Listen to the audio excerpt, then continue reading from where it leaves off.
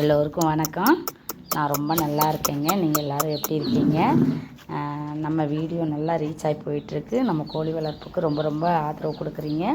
ரொம்ப ரொம்ப நன்றி. நமக்கு கோழி வளர்ப்பு நல்ல முறையில் போயிட்டுருக்கு. நிறையா ஃப்ரெண்ட்ஸ் கிடச்சிருக்கீங்க. நிறைய யூடியூப் வாயில நிறையா பெனிஃபிட் எனக்கு கிடச்சிருக்கு. நட்டங்கிறது எதுவுமே இல்லை. எல்லாமே வந்து யூடியூப் மூலமாக வீடியோ போட்டதுலேருந்து லாபம் மட்டுமே போயிட்டுருக்கு. நம்மளால் தான் அந்த அளவுக்கு வந்து உங்களோட ஒத்துழைப்பு கொடுத்து போக முடியலங்கிறது தான் உண்மை. அது எந்த மாதிரி விஷயங்கிறத நான் வீடியோவோட லாஸ்ட்டில் எண்டில் சொல்கிறேன். ஓகேங்களா? இப்போ வந்து நம்ம வந்து வீடியோவோட டாபிக்கு போயிடலாம். ஏன்னா வந்து டாபிக் ஃபஸ்ட்டு சொல்லி நிறைய பேர் கோவப்படுறீங்க. ஃபஸ்ட்டு டாபிக் சொல்லிடலாம். எல்லா வீடியோஸ்லையும் சொல்லியிருப்பேன், இந்த நேரம் கோழி வளர்க்காதீங்க, அந்த நேரம் கோழி வளர்க்காதீங்க, சளி பிடிச்சிக்கும், அப்படி இப்படி நிறையா வந்து கோழி வளர்க்காதீங்க மட்டுமே வந்து ஈம் பண்ணி சொல்லியிருப்பேன். இந்த வீடியோவில் இது வந்து கோழி வளர்க்குறக்குள்ள டைம், அதாவது இனி வந்து கோழி வளர்ப்பு வந்து இந்த டைமில் ஸ்டார்ட் பண்ணலாம். கோழி வளர்க்க இது நல்ல டைம் அப்படின்னு போட்டிருக்கேன். ஓகேங்களா? இதுக்கு என்ன காரணம்னு சொல்லவா? கிளைமேட்டுன்னு சொல்லுவாங்க. அதாவது கிளைமேட் சேஞ்ச் ஆகி வரும். சரியா? இது வந்து மார்கழி மாதம் ஆக போது. அந்த டைமில் குளிர் வந்து ரொம்ப இல்லை. இந்த வீடியோ வந்து நான் மார்கழி எண்டில் போடலான்னு நினச்சேன். ஆனால் வந்து குளிர் இல்லாத காரணத்தில் இப்போ இருந்தே நீங்கள் வந்து கோழி வாங்கி வளர்க்க ஆரம்பிக்கலாம். மழையோ குளிரோ எதுவுமே இல்லை.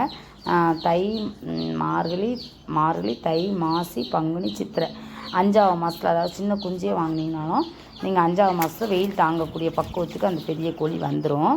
அதனால் வெயில் காலத்தை விட மழைக்காலம் தான் கோழிகளுக்கு ரொம்ப சளி பிடிச்சி ரொம்ப எஃபெக்ட் கொடுக்கும். அதனால தான் நான் மறுபடியும் மழைக்காலத்தில் புதுசாக கோழி வளர்க்குறவங்க வளர்க்காதீங்கன்னு சொல்லிக்கிட்டு இருந்தோம். இந்த வீடியோவோட டாப்பிக்கே அதாங்க. இப்போ வந்து கோழி வளர்க்க ஸ்டார்ட் பண்ணலாம். அதாவது இதிலேருந்து ஸ்டார்ட் பண்ணலாம். இதுலேருந்துமே ஒரு 10-15 நாள் கழித்து ஸ்டார்ட் பண்ண ஆரம்பிங்க. இது வந்து நல்ல ஒரு டைமாக இருக்கும். நல்ல ஒரு க்ரோத் கிடைக்கும். திருப்பி ரிட்டனில் நீங்கள் ஒரு கேள்வி கேட்கலாம். நீங்கள் அப்போ இவ்வளோ நாளாக கோழி குஞ்சு எடுத்து விடலையா, கோழி அடை வைக்கலையா, எல்லாமே கேட்டிருப்பீங்க.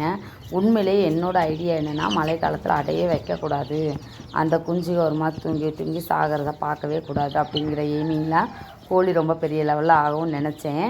இதில் என்ன பெரிய விஷயமாகி போச்சுன்னா, எனக்கு வந்து சேல்ஸ் வந்து யூடியூப் மூலமாக ரொம்ப அதிகமாக சேல்ஸ் ஆக ஆரம்பிச்சிருச்சு. நான் உங்களுக்கே தெரியும், யாருக்கும் இல்லைன்னு சொல்லாத அளவுக்கு நான் கொடுத்துட்ருக்கறதுனால என்னோடய குஞ்சுகள்லாம் பெருசான குஞ்சுகளெல்லாம் நான் நிறைய கொடுத்ததுனால என்ன ஆயிடுச்சு, நான் வந்து அடை வச்சே ஆகணுங்கிற கட்டாயத்துக்கு வந்துட்டேன். ரொம்ப கஷ்டப்பட்டேங்க. எப்படி கஷ்டப்பட்டேன்னு கூட சொல்ல கூட எனக்கு டைம் இல்லாத அளவுக்கு கஷ்டப்பட்டேன். என்ன நினச்சி அடை வச்சேன்னா, சரி பாதி பொறிக்கட்டும், பாதியில் காவாசியாவது கொஞ்சம் மிச்சம் வரட்டும், ஏதோ இல்லைன்னு சொல்லாத அளவுக்கு நம்ம வந்து வந்துக்கிட்டே இருக்கட்டும் அப்படிங்கிற அளவுக்கு தான் கோழி அடை வச்சேங்க. நான் எதிர்பார்த்த அடையே நட்டம் தாங்க. இருந்தாலும் ஓகே, ஓரளவுக்கு நம்ம சும்மா இல்லை, ஏதோ அதுக்கு ட்ரை பண்ணிக்கிட்டே இருக்கோங்கிற ஒரு சந்தோஷம் எனக்கு கிடச்சிச்சிங்க. இதே மாதிரி எத்தனை பேர் வந்து இதே மாதிரி பண்ணிக்கிட்டு இருக்காங்கன்னு தெரியல. ஆனால் வந்து விடாமல் பண்ணோம்னா அது வந்து செஞ்சு தான் ஆக வேண்டியிருக்கு. நம்மளோட கோழிக இது ஒன்று, இந்த ரேக்கில் பாருங்கள், இது ஒரு கோழி, இது ஒரு கோழி, 2-3 கோழி அடகாக்க ஆரம்பிச்சிருச்சுங்க. கொஞ்சம் வீட்டுக்குள்ளேயும் கொஞ்சம் பெருச்சாளி அது இதுன்னு வந்து ரொம்ப விரட்டுதுங்க. கோழி அடை வைக்க வீட்டுக்குள்ளே பயமாகவும் இருக்குது. அதனால் செட்டுக்குள்ளேயே நான் வந்து பக்குவம் பண்ணிட்டேன். இதுவும் நிறையா பிரச்சனை இருக்குது. இதுவுமே பிரச்சனை இல்லாமல் ஒன்றுமே இல்லை. மறுபடியும் ஒரு செட்டு போட்டால் நல்லாயிருக்குன்னு தோணுது. சரி, பட்ஜெட் வேணாம், இப்போதைக்கு செலவு பண்ணக்கூடாது அப்படிங்கிற ஒரு எய்மிங்கில் இருக்கிறத வச்சு கொண்டு போயிட்டுருக்கேங்க.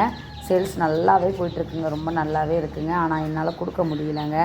அதுதான் உண்மை நிலவரம். இனி என்ன பண்ணலாம்னு யோசிச்சுட்டே இருக்கேன். குஞ்சுகள்லாம் பெருசாகிட்டே இருக்குது.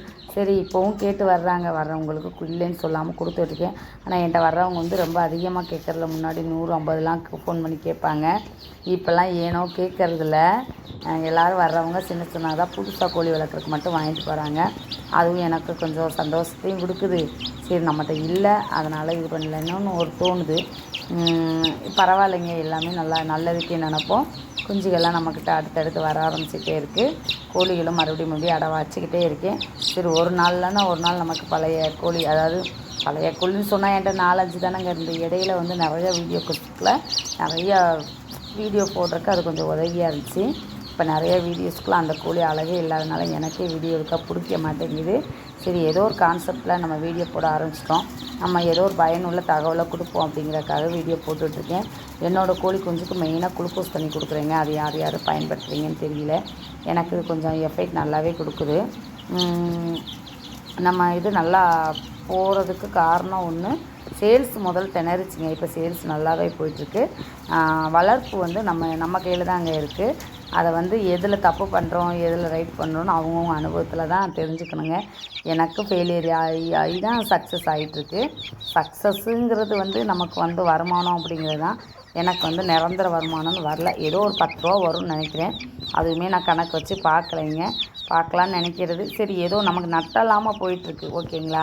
நமக்கு ஏதோ ஒரு தீவனமே வந்து வாங்கணும்னா யோசிப்போம். வீட்டுக்கார்ட்ட சொல்லணுமா, வாங்கணுமா, இது சத்தம் போடுவாங்க. இப்போ அப்படிலாம் இல்லைங்க. 2 நேரம் 3 நேரம் காசு வந்த பிறகு தான் ஒரு நேரம் தீவனம் மூட்டை எடுக்கிறோம். அதனால் அது ஒரு நல்ல ஒரு வழிமுறையாக தான் இருக்குதுங்க. அப்போ நமக்கு ஏதோ ஒரு வருமானம் வரதானே செய்யுது. அப்போ ஒன்றும் பரவாயில்ல, போயிட்டுருக்கு, ஓகே அப்படிங்கிற ஒரு திருப்தி எனக்கு கிடைக்க ஆரம்பிச்சிருச்சுங்க. கோழியோடு இருக்கிறது எனக்கு ஒரு சந்தோஷமான ஃபீலிங்க. எத்தனை பேர் அந்த ஃபீலிங்கை அனுபவிச்சிருக்கீங்கன்னு எனக்கு கமெண்டில் போடுங்க. பாய்ங்க. எல்லோரையும் சந்திச்சதுக்கும் எல்லார்ட்டையும் பேசிகிட்டு இருக்கிறோம். ரொம்ப ரொம்ப நன்றிங்க.